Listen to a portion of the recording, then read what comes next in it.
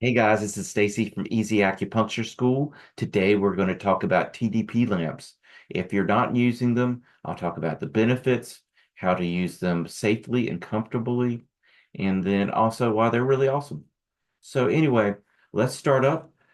Usually I try to make these lectures really short, but there's a lot of information, so I made a PowerPoint to go over everything. But what are TDP lamps? They are far infrared lamps. They are far infrared heat, meaning that you don't see the light that they produce, but they produce a lot of warmth, deep, penetrating, focalized warmth on an area.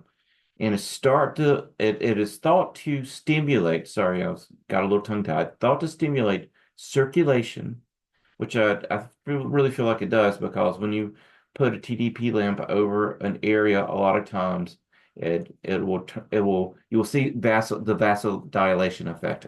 The area will become pink, and it's not because you're cooking them. It really seems to help with the circulation. It relieves muscle tension. It relaxes the muscles and helps with pain. And in some cases, the manufacturers even state that it helps with inflammation. So, so the wavelength, and this is going to be a little nerdy, but you'll understand why I'm including this. The infrared, it emits the light spectrum in an infrared spectrum. The heat, like I mentioned before, is felt, but you don't see anything. This type of light wave has a length of about 700 nanometers to 1500 nanometers, somewhere within that realm. And you look at the little cartoon, I like this. Let your light shine. It is shining. You just can't see it. My light is infrared. And that's, like I said, you don't see the light from the lamp, but it warms the tissue up.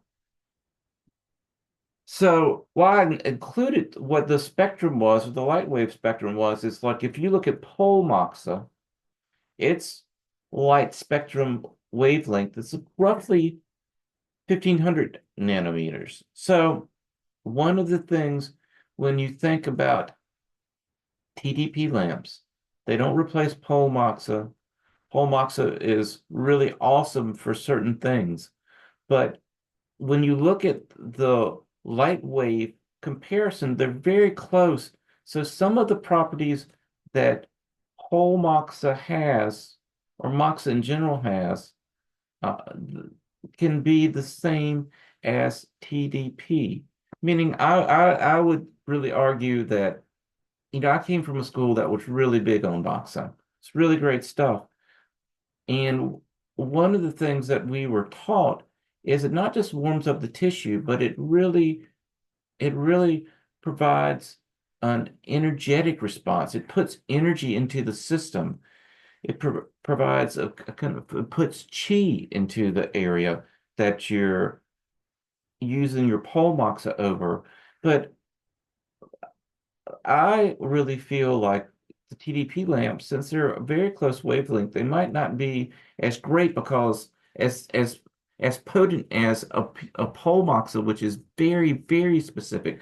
The TDP lamps aren't quite as specific as pole moxa, but I still think some of the characteristics of putting energy into the body, because the wavelength spectrums are so similar, that the TDP lamp can do maybe not as great, but can do some of the same things that pole moxa does. So that's why I included the wavelength in here. So one of the things that's interesting about a TDP lamp is inside the lamp itself, there's this mineral plate. The light filters through that mineral plate. The mineral plate heats up from the light. And the manufacturers claim that this plate is made from a proprietary blend, a secret blend of 33 trace minerals. And here's some example of some of the minerals that are in there. It's iron, selenium, magnesium, zinc, cobalt, nickel, chromium, copper, potassium, and a number more because there's 33 altogether. But what the manufacturers claim is that when this plate is heated and the light is filtered through there, it's believed to help enhance and support the body's natural healing process.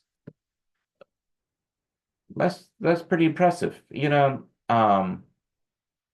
That I can't say if it does or doesn't, but I like the concept of it.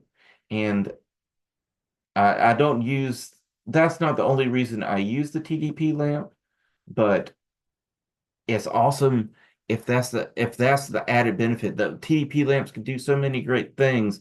And then if that mineral plate is doing what the manufacturer said is doing, then that makes them even more awesome. So in TDP therapeutics, you can use it for pain relief, specifically for joints and muscles. You can use it for injury recovery if you have someone who has, well, any kind of injury. But also, you can sometimes use it for performance recovery because it improves circulation, which helps wash out metabolic waste. And then if you have a athlete that's like, well, and anywhere, it doesn't have they don't have to be like high level athlete, but I think of those really wanting to quickly get over their workout recovery or their performance recovery or have a better performance recovery. Uh, so if they're in a competition, they can perform better. So the TDP lamps can help with that. Detoxification, that's another thing that TDP lamps are said that they're good for. And once again, that goes into the TDP lamps help improve circulation, so it helps detoxify the body as well. And plus, they feel really good. Relaxation and stress relief. These are all the lists from the manufacturers. What they claimed that the lamps can do. And yes, they do enhance relaxation and stress relief. I have a patient.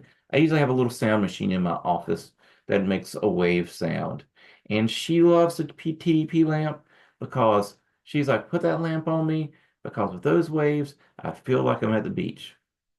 And then when I come back in to pull the needle, she's like, wait a minute, I'm just finishing my margarita up on the beach. I'm so relaxed. So they do enhance your patient's experience. And they're very relaxing. They're very comforting. So let's talk about here's that enhancing the healing process. This process is believed to help accelerate the body's own natural healing mechanics. So that's a little picture of the lamp enhancing the healing mechanics. And like I said, through improved circulation and detoxification, there's probably a little bit of legitimacy to what the manufacturers are claiming, with it helping enhance the healing process. How do you use a TDP lamp?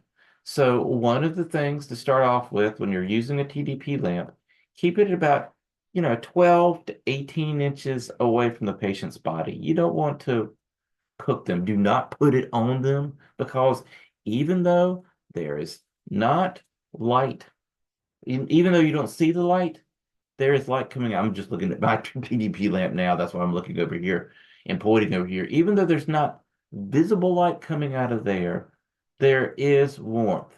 And one of the things, I didn't put a slide about this at the very end because I have some other little tips about the TDP lamp. But one of the things is when you first get a TDP lamp and you turn it on, it doesn't automatically feel hot.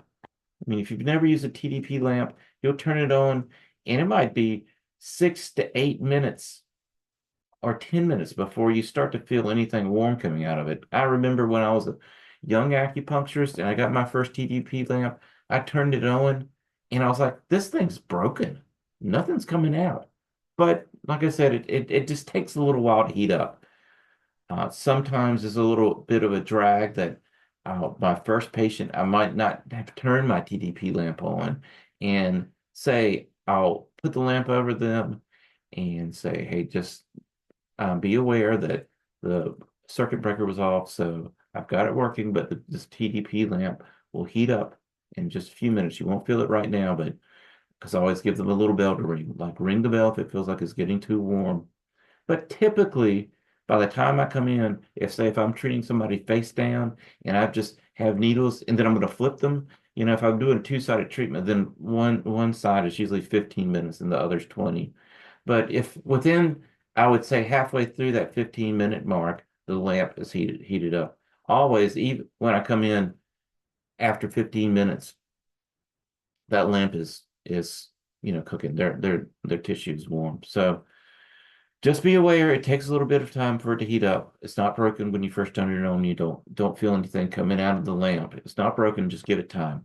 But back to the height of the lamp, about 12 inches. Like I said, don't put it on their skin. Don't put it a couple of inches away because it will start to burn them or get too warm.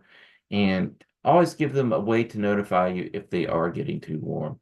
Sometimes if you have people that are a larger girth and or say you're trying to treat them sideline, sometimes when you try to put the lamp over them, it's a little too close. It's closer than 12 inches. So one trick that I do is typically you try to put the lamp over the spot you're working on, but sometimes I can pull the lamp back just a little bit and angle it so it's just more directed on the skin, but not, I mean, over the area, but not directly over it. So it still has some of that effect, but it's not right on top of them. It's not too close to them. So, like I said, you pull the lamp back a little bit and angle it so it's pointing that area. But if you roll a lamp up and it's like, that close to their body, that's too close. It's going to cook them. So, and no, it's not going to cook them like you put them in a microwave or on a stove. But and I've never burned anyone, but I imagine if you had it too close for too long, you might burn them. So make sure you're at a far enough distance away.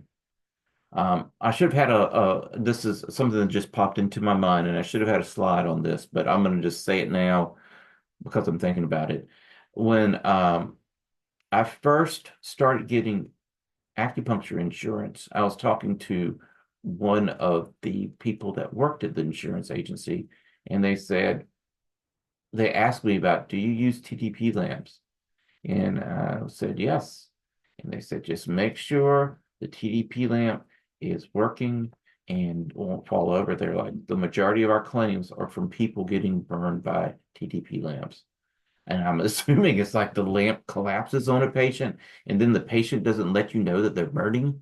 But anyway, make sure that your lamp's far enough away. And then on the segue for that whole thing with insurance, you know, always check to make sure your lamp's not loose.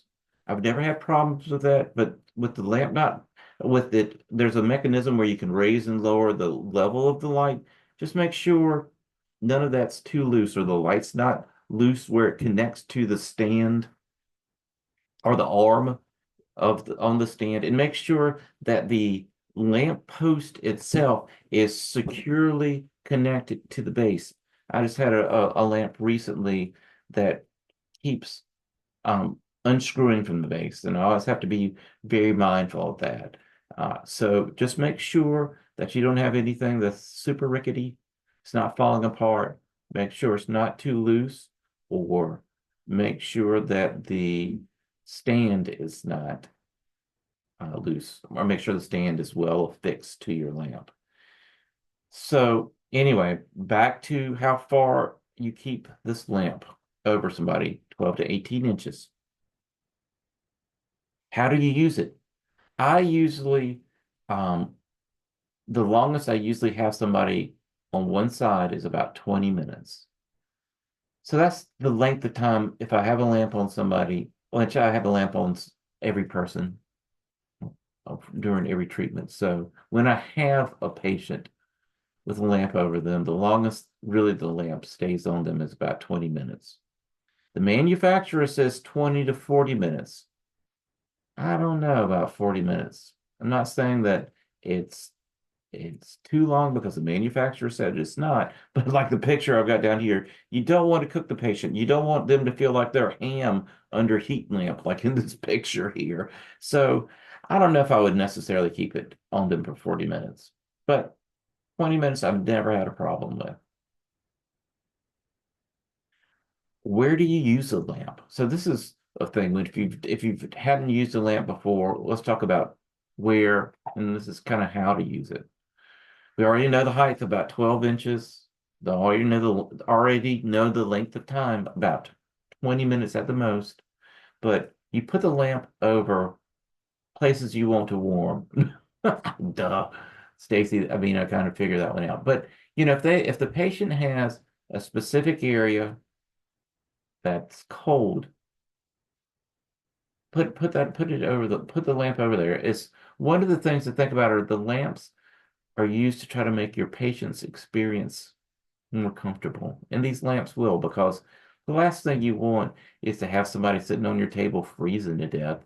These lamps really help keep them warm, especially if you work in an area where you have central air and it's in between season and you never can get the room at the correct temperature. A lot of times people are turning the air on, or it's wintertime and the air's still coming on, and especially during the change of the seasons. These lamps help keep your patient warm. The next thing is think about where you want to try to, like pole moxa, where you want to inject chi or this yang energy. Like I was saying before, you look at the wavelength. It's very similar to pole moxa or close to it. So there's got to be an aspect of it putting energy into your body like pole moxa does. And like I said, I came from a very moxa heavy school, so one of the things that we were taught, as I said earlier, is pole moxa was really like almost an infrared needle that was putting energy into the body. This is me pretending I'm holding a pole, a pole moxa right now, but you're kind of putting that energy into a person's body. So I feel like the lamps or the will do not maybe as good, but do something similar. Also, areas that maybe they have some chi stagnation, blood stagnation, kind of helps move, enhance circulation, and I think helps move energy. Places that you might want to put energy in just generally. If you don't have any other need for where am I going to put this TDP lamp? Like if you have the face down, GV4, Ming Men. It's a great place to put it down there. Plus, everybody has a little bit of aches and pains in the low back, so it feels good over that. If you got them face up and you're like, well, where am I going to put it?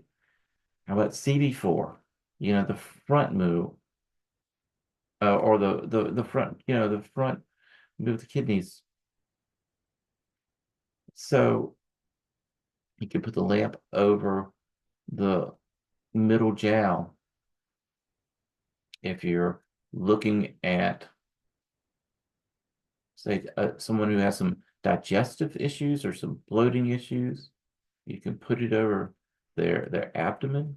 Not if they're pregnant. We're going to get over into contraindications in just a few minutes, but if they're make sure they're not pregnant because you don't want to be cooking a baby. So you're going to be putting it over their middle jowl, and that will help improve digestion. It can help strengthen, say, points like CV12. You can put it over joints or areas that have been invaded by cold, like wind cold, damp, issues like that.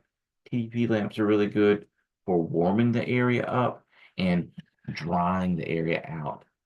So over areas that you have injured muscles that you want to increase blood flow, like I talked about at the very beginning, those lamps really help with vasodilation, which is the widening of the vessel, widening of the vessel, which helps increase blood flow, which washes inflammation out. Feet for head. What does that mean? So sometimes when I have patients with headaches, do not put the lamps over their face. Don't put the lamp over their face. No.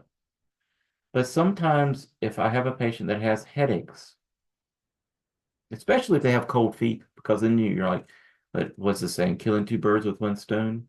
But if I have a patient with a headache, sometimes I'll put the lamp over the feet to try to lure the energy out of the head down to the feet. You could even think about, say, in a more Western mindset, there's that whole pain loop gateway. where basically when you're in pain, it sends a message to the brain that, oh, I hurt. And then the brain sends a message to the area that's hurt and says, tighten up, because I want you to basically have like a sling on the area. I don't want you to move that much because the brain thinks that's the way that the body can heal the area by limiting the movement. But then the area gets more tight. So you get caught into this pain loop. And then certain techniques like direct static pressure really helps break up that loop because the brain stops paying attention to the message from the muscle that I hurt and it starts paying attention to the pressure. So then it stops sending a message to the muscle to get tight. So I'm telling you all of this because I feel like the lamp, this is just me, not anybody smarter than me, not anybody smart has said this. This is me and this is my experience that I've had. Is a lamp will act very similar to that breaking of that process that I was just talking about. It basically puts another stimuli into the body so the brain starts to go, hey, let me pay attention to that area down at the feet and take my attention away from this headache. So it neurologically kind of readjusts what we're sensing. So that's just kind of a Western idea or approach. Why I would say put the TDP lamp over a person's feet if they have a headache. But like I said, it just feels good too. So think about that. I think about it luring the stagnant energy or the collected energy that's up in the head, luring it down to the feet. So that's why I put it over a person's feet if they have a headache. Let's see here. So let's go over some contraindications. We're going to go over this list, and you're going to be like, "Oh my gosh, Stacy, why in the world did anybody use one of these lamps?" Because it seems like there's a lot. But don't worry, don't worry. The majority of the people that you see don't suffer from the majority of this. But just be mindful. Be mindful. So pregnancy, that's really a big one. Like I said before, you don't want to cook that baby.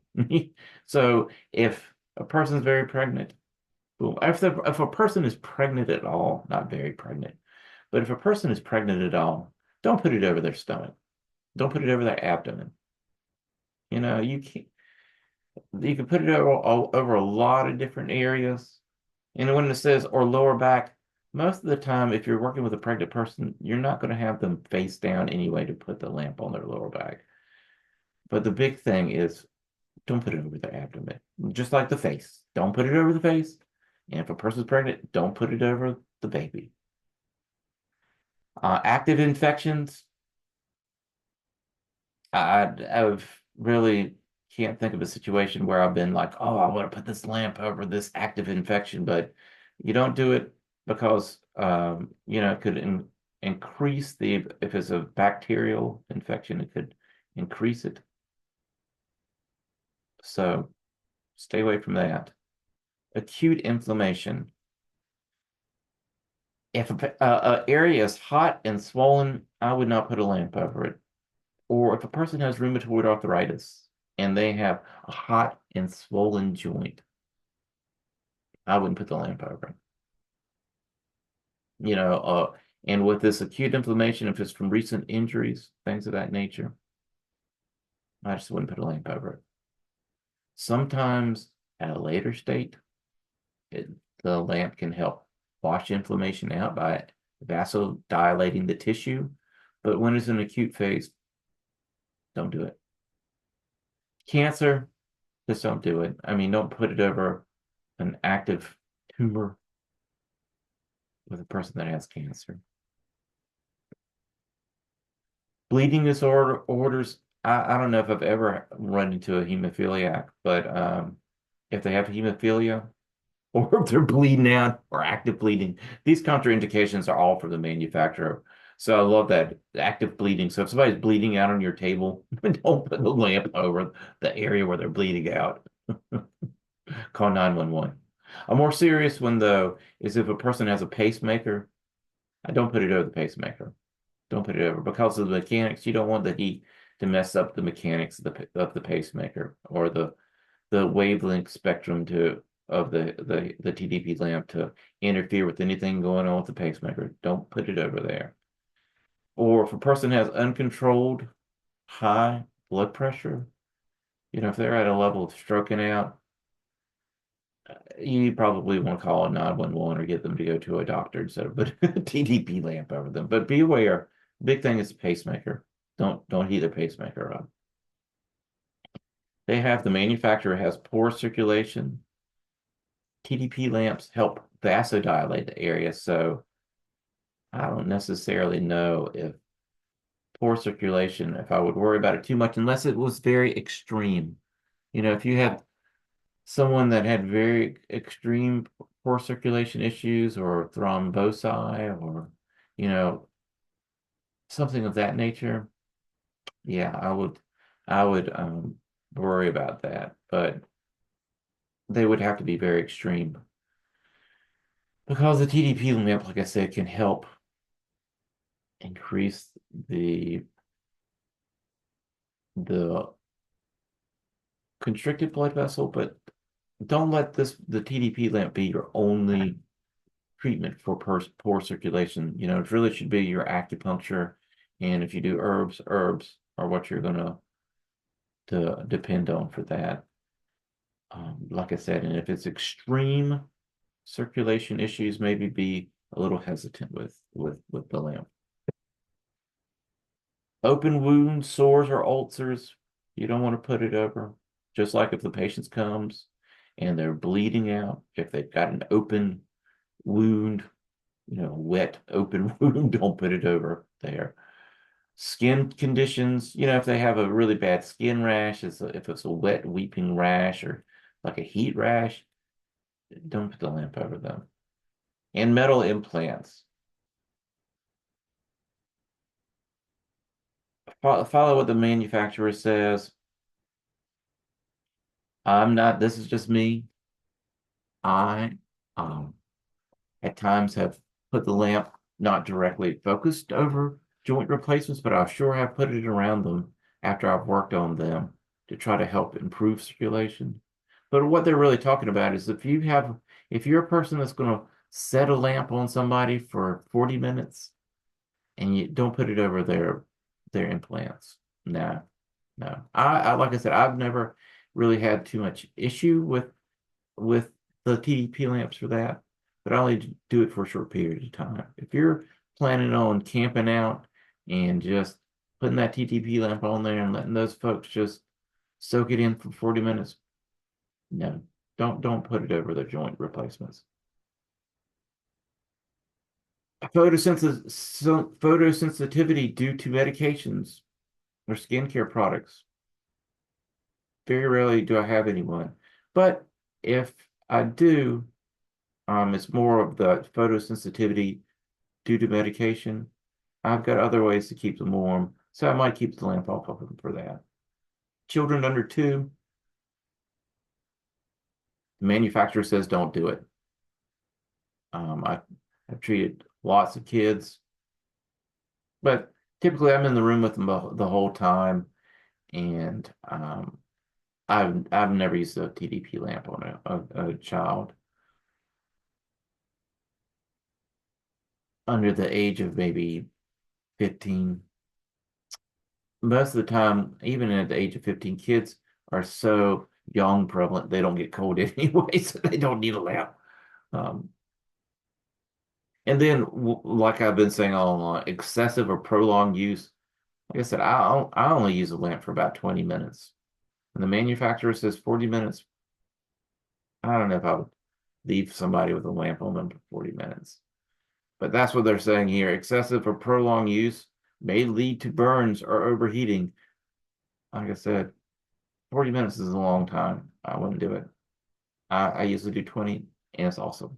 It's perfect. So here are a couple of helpful tips. This next tip is going to sound really dumb, but it's going to make sense. Make sure the dial on the lamp is on. What do you mean by that, Stacy? That sounds silly. How would it not be on? Because I turning the lamp on for it to work. Well, let me show you. I took a picture of my lamp and I'm gonna show you. You think this is stupid, but I'll tell you what's gonna happen. I'm gonna tell you what's gonna happen if you don't check this out. Look at these two areas that are circled red. So you see there's a green light there that indicates that you've turned the lamp on, right? And you're like, oh, the lamp has power and it's on. But you see where there's that one circle there that there's a little amber light and it says work. Make sure that light is amber and make sure your dial on your lamp is on the on setting because I'm going to tell you what's going to happen. You're going to get busy one day and you're going to be at work with your first patient. You're busy, you run in here, you turn the lamp on, and this is what's going to happen. You're going to hit that green power button. You're like, oh, my lamp's on. And then you're going to tell them, okay, just give us a few minutes to warm up. And they're going to be face down and you're going to put the lamp on them. You step out of the room and then you come back in and their body's cold. And you're like, wait a minute, my lamp's on. This thing is broken. Well, look and see if that amber light, you see where I've got that one circle where that little thing says work? Make sure that amber light is on. And you see where I got that other circle where your dial where it says off? If that dial is set for off, or sometimes it might be pointing towards the on direction, but it's not quite on, then the lamp won't come on. See, there's a whole timer mechanism on these TDP lamps. I don't ever use them, but you can set the timer for a certain time, and then the little dial will go around, and then when it gets to 0, it turns itself off.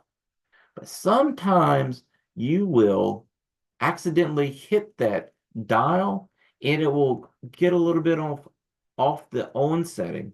So then the next day you're in a rush and you come in and you turn the lamp on, you hit the little green switch, and then you don't look at the dial or look to see if that amber light is that little amber light by the work, the circle where that circle that says work.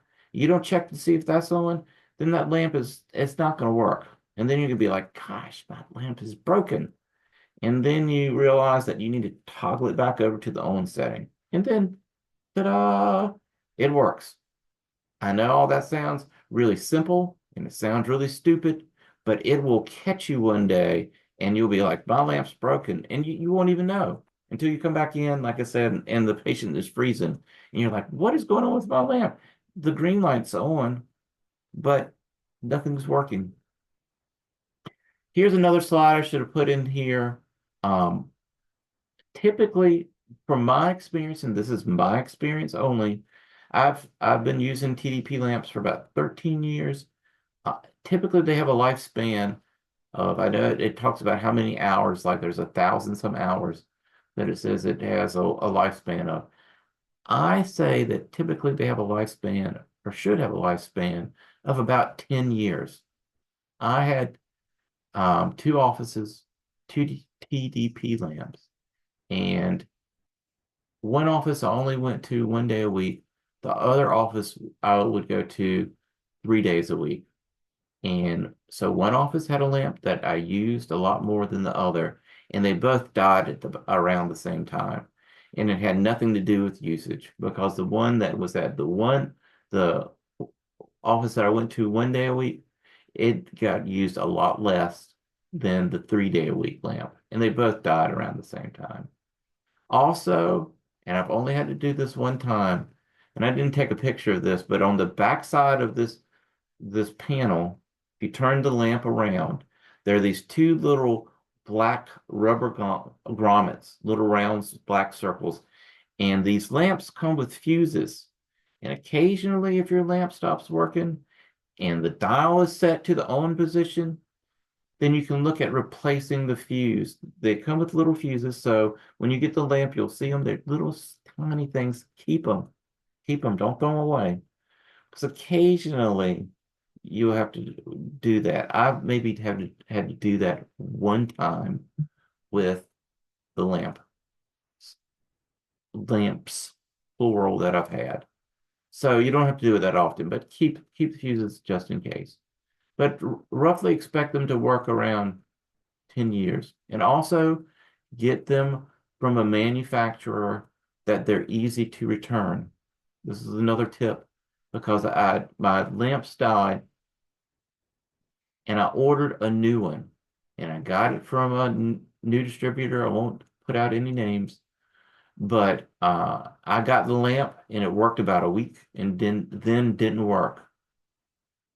And it was a pain in the rump to return this lamp to get a replacement because it was broken.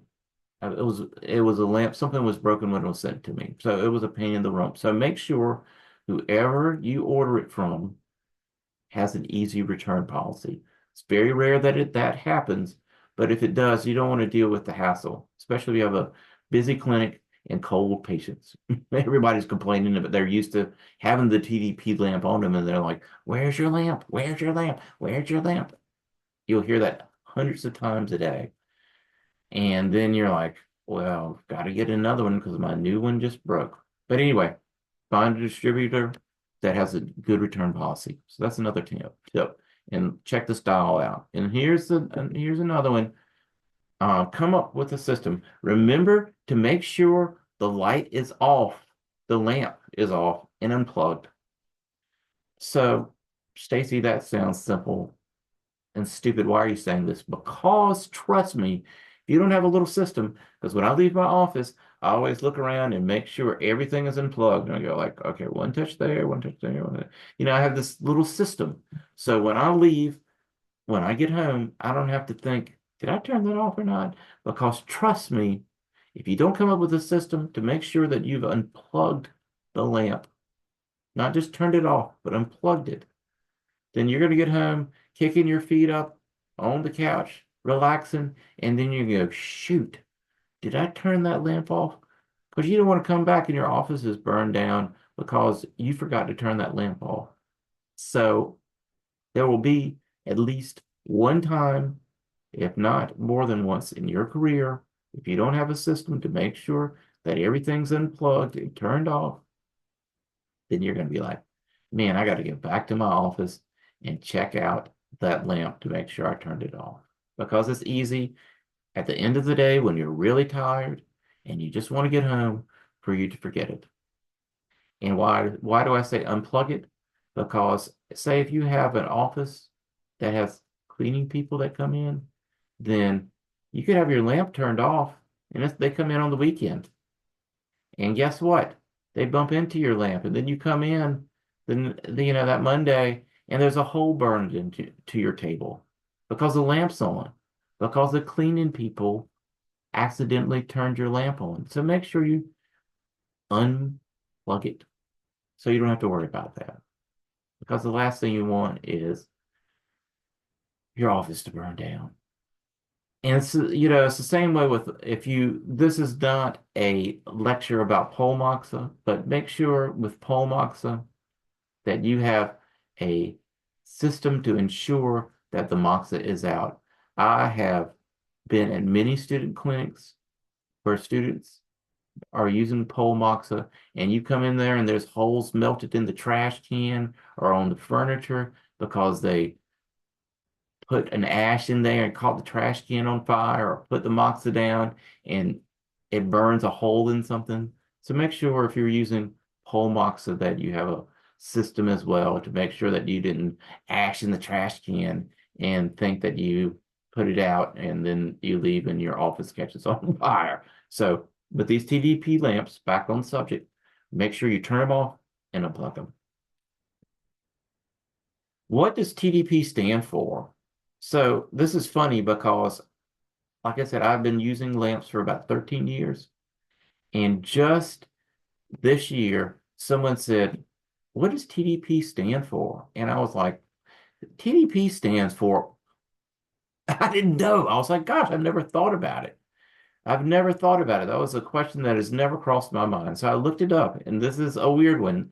It's like TDP is an acronym, and translation sometimes doesn't do it justice, but it is translated to tendon Dion Sibo, which is loosely translated, when loosely translated, means specific electromagnetic spectrum.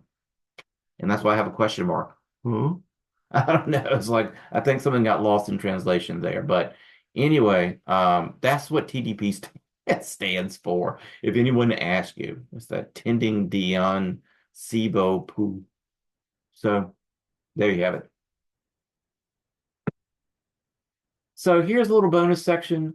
One of the things, a buzzword for our culture right now is red light therapy. So, what is red light therapy? And everybody's talking about it, but what is red light therapy? And how does it differ from TDP? So, red light is around 600 to 650 nanometers in wavelength. It is not felt. You can see it, but it does not produce any heat. It does not deeply penetrate the skin, and it's not hot. It has a shallower penetration depth. Red light does. It generally is about 1 to 5 millimeters, as opposed to a TDP lamp, which is 4 to 5 centimeters. So it's a little bit of a difference there. TDPs more deeply penetrate. So red light is often used for more superficial conditions, such as improving skin tone, or reducing acne, or promoting collagen. But manufacturers claim, look at that person, young lady under that red light. Manufacturers claim that red light works by stimulating cellular mitochondria.